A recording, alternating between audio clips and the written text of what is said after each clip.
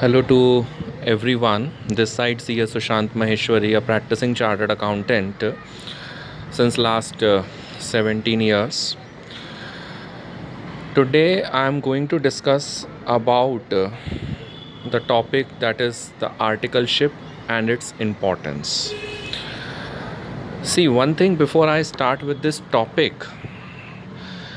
I want to discuss certain aspects before I move on to the further rules and regulations, what all are the areas which are to be covered under the articleship, and even after the articleship or in duration of the articleship, what all things are to be done by you people. Okay, that I will be discussing at the later stage.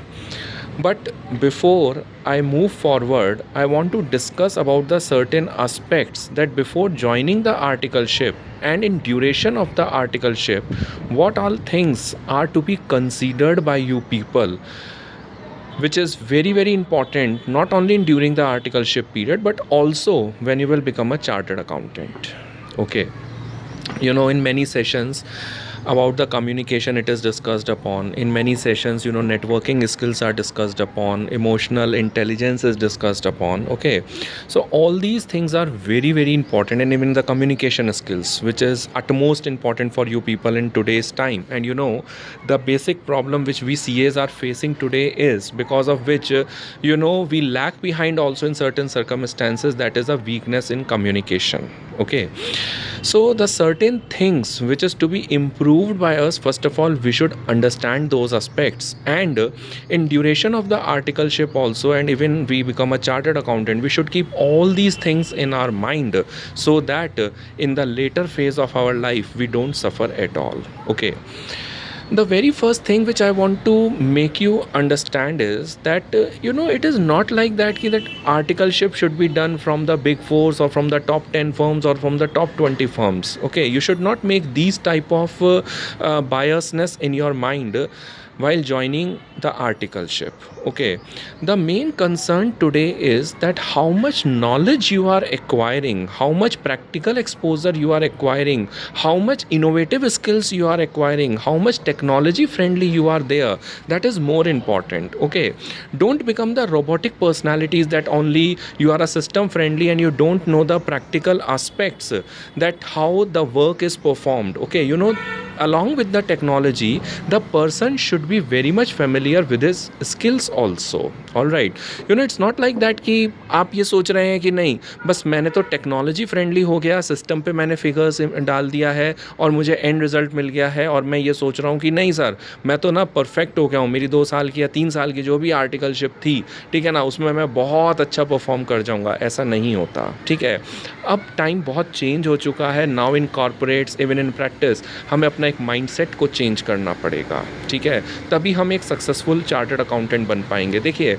आप CA के साथ ना आगे एक word S लगाइए, that is successful chartered accountant. और successful chartered accountant का meaning क्या होता है, सबसे पहले ये समझिए. सक्सेसफुल का मतलब होता है कि that the person should be familiar, he should have a good foresightedness कि नियर बाय फ्यूचर मुझे क्या रिस्क हो सकते हैं, मुझे क्या इंप्रूवमेंट करना है, मेरे अंदर क्या डेवलपमेंट करना है, क्या अपडेशंस करने हैं. All these things are to be seen by the successful chartered accountant, चाहे आप प्रैक्टिस में हो चाहे आप कॉर्पोरेट में हो. अब ये कोई डिफरेंस नहीं है कि आप अगर कॉर्पोरेट में है तो इसका मतलब ये है कि हमें अपडेट ही नहीं होना है, या हम प्रैक्टिस में है तो हमें अपडेट नहीं होना है. ठीक है, अब चाहे कॉर्पोरेट्स में हो चाहे हम प्रैक्टिस में हो, हमें डेली बेसिस पे मूव फॉरवर्ड अपने आप को करना पड़ेगा. ठीक है, तो सबसे पहले जो मैं आपको बता रहा हूँ और इवन जो लिखवाऊँगा अभी, दैट इज़ कि जो बातें हमें ध्यान रखनी है, जो अभी हमारे लिए एक अटमोस्ट इम्पॉर्टेंट है, जो हमें डेवलप करना है, वो हमें सीख लेना है.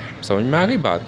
तो पहली चीज़ जो मैं आपको लिखवाऊंगा और बताऊंगा, दैट इज़ क्या क्या चीज़ें हमें याद रखनी है. ठीक है, तो सबसे पहला लिखिए, that is the innovative skills. Right, development of the innovative skills. ठीक है, देखिए कंफ्यूज मत हो जाइएगा कि मैं इन्वेंशन की बात कर रहा हूँ, ठीक है ना।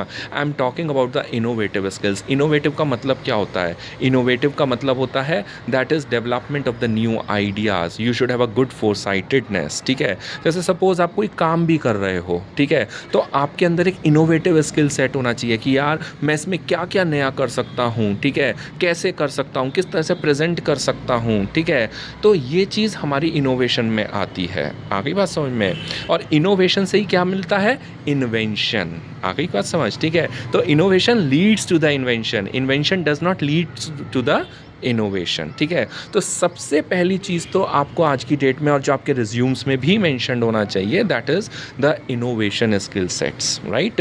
तो इनोवेट करना सीखिए, न्यू आइडियाज़ देना सीखिए, नई नई चीज़ों को पढ़ना सीखिए। जब आप कोई भी काम कर रहे हैं, चाहे ये नहीं कि सिर्फ टैक्सेशन पे सर, या फिर सर मुझे ऑडिट में, या फिर सर मुझे सिर्फ ROC में या TDS TCS, ऐसा नहीं है। Don't set your boundaries, alright. आपको मेनली ये ध्यान रखना है कि चाहे कोई भी फील्ड क्यों ना हो, ठीक है, चाहे वो टेक्नोलॉजी से रिलेटेड हो, AI से रिलेटेड हो, चाहे वो स्टडीज़ से रिलेटेड हो, कोई भी काम से रिलेटेड हो, हमेशा आपको एक इनोवेटिव स्किल सेट्स को डेवलप करना पड़ेगा।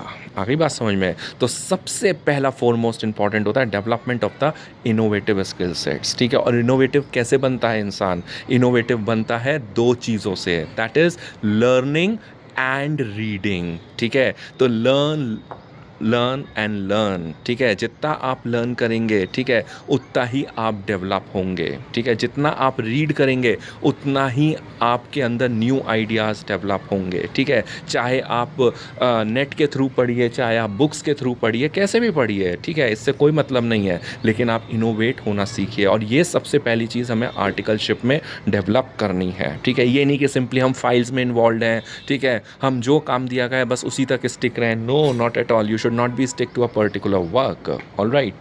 So that is a thing which is to be understood. So development of an innovative skills is the first most thing which is to be done in duration of your articleship. Second thing which is to be developed with you people is discussion, art of discussing, art of communicating, ठीक है।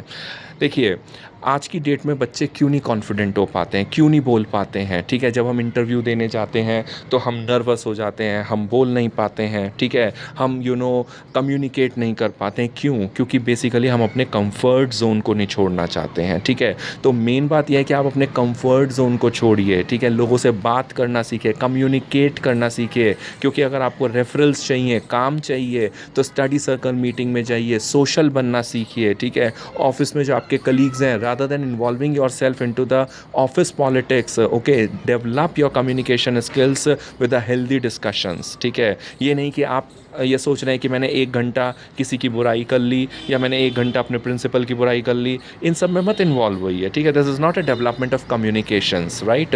इससे आपका confidence कहीं से भी नहीं develop होगा। कि अगर आप ये सोच रहे हैं कि मेरा तो बुराई करके या किसी के किसी के बारे में नेगेटिव सोच के अगर मेरा कॉन्फिडेंस डेवलप हो रहा है, तो you can not never develop the confidence in your life. समझ में आ गई बात? तो कम्युनिकेशन का मतलब होता है कि हेल्दी कम्युनिकेशन, उन चीज़ों पे कम्युनिकेट करिए जो आपकी ग्रोथ फैक्टर को बढ़ाए, ठीक है। समझ में आ गई बात? Because communication will bring a work. और आज की डेट में प्रैक्टिस के अंदर इवन पहले तो ये कहा जाता था कि सिंपली कम्युनिकेशन प्रैक्टिस में इंपॉर्टेंट होती है, ऐसा नहीं होता। प्रैक्टिस में तो है ही है वो चीज़। इवन अब कॉरपोरेट्स में भी इसका एक अपना सिग्निफिकेंस है, एक अपना इम्पॉर्टेंस है, ठीक है। अगर आपको हायर पोजीशंस पे जाना है, CEO CFOs बनना है, ठीक है, तो इन दैट केस ऑल्सो आपको कम्युनिकेशन आना चाहिए, और ये आपको आर्टिकलशिप में अपना डेवलप करना है। और कम्युनिकेशन कैसे डेवलप होगा? जैसे अगर आप मान लीजिए कोई भी काम कर रहे हैं, आपको प्रॉब्लम आ रही है, कोई भी चीज़ है, अपने प्रिंसिपल के पास जाइए, उससे डिस्कस करिए, उससे पूछिए, पार्टिसिपेट करिए।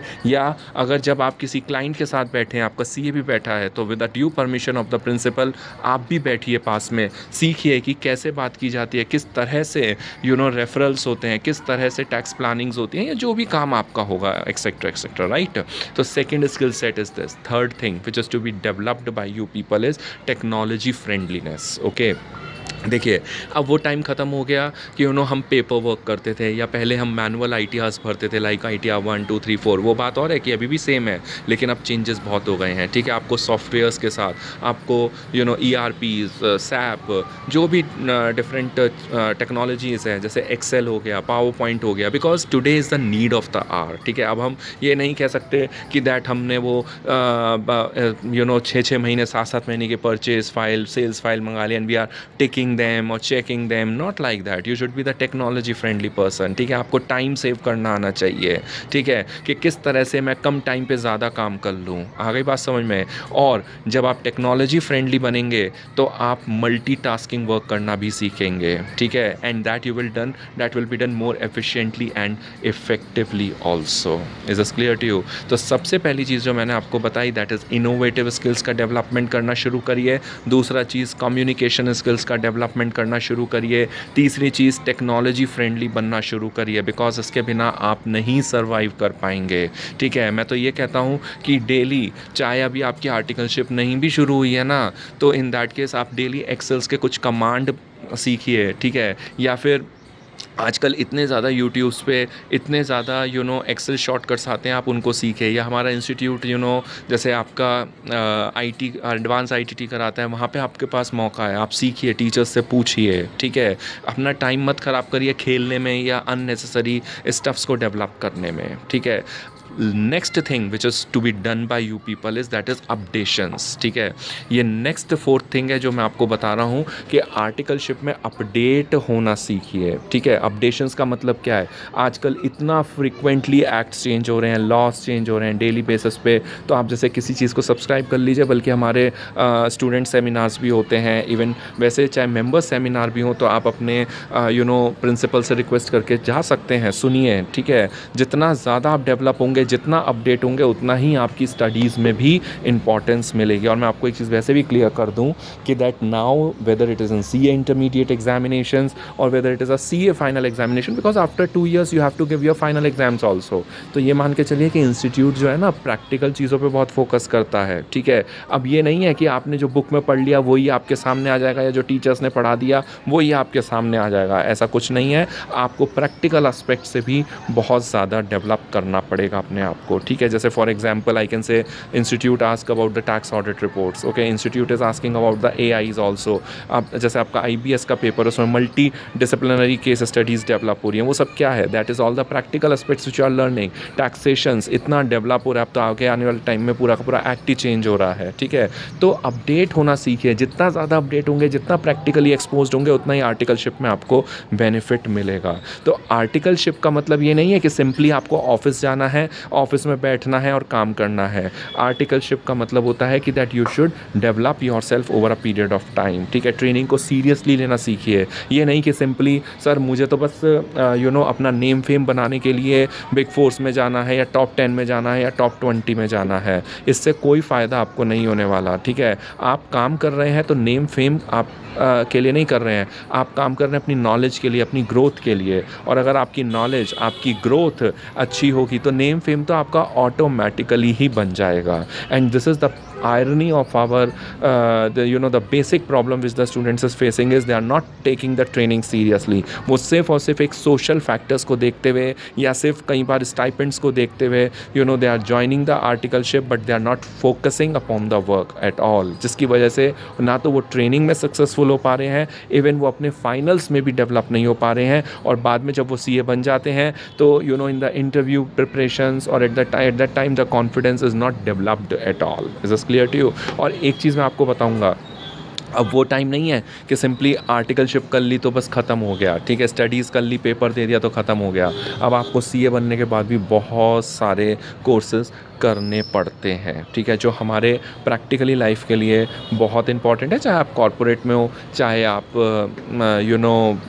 प्रैक्टिस में हो, इससे कोई मतलब नहीं है कि सिर्फ प्रैक्टिस में सीए जो है वो आगे नहीं बढ़ सकते हैं या वो कोर्सेज़ नहीं कर सकते हैं, ऐसा कुछ नहीं है, ठीक है। इवन जो है उन्हें चाहे वो सर्विस में हो तो भी उन्हें 100 टाइम्स डेवलप होना पड़ेगा, प्रैक्टिस में तो भी उन्हें भी 100 टाइम्स डेवलप होना पड़ेगा, क्योंकि कंपटीशन बहुत ज़्यादा है और हमारे साथ बहुत सारे लोग भी अटैच्ड हो चुके हैं जिनको हमें बीट आउट भी करना है कंपटीशन के साथ। आ गई बात समझ में? तो इसके लिए सबसे बड़ी चीज़ तो ये है कि कोर्सेज़ में जैसे for example forensics is a very good field, ठीक है, आप CFE कर सकते हैं, ठीक है, इंटरनल ऑडिट में करना है तो CIA करिए, ठीक है, CPA करिए, ठीक है, ACCA करिए, या फिर हमारा इंस्टीट्यूट सीसा डीसा कराता है अगर आपको बैंक्स में जाना है, ठीक है। अगर आपको मनी लॉन्ड्रिंग का कोर्स अच्छा लगता है तो CAMS करिए, ठीक है। आपको अगर फाइनेंस में बहुत इंटरेस्ट है तो FRM कर सकते हैं, ठीक है, या फिर आप जो है CFA कर सकते हैं, ठीक है। तो बहुत सारे कोर्सेज़ हैं। अब नई फील्ड में जैसे सोशल ऑडिट है, ठीक है।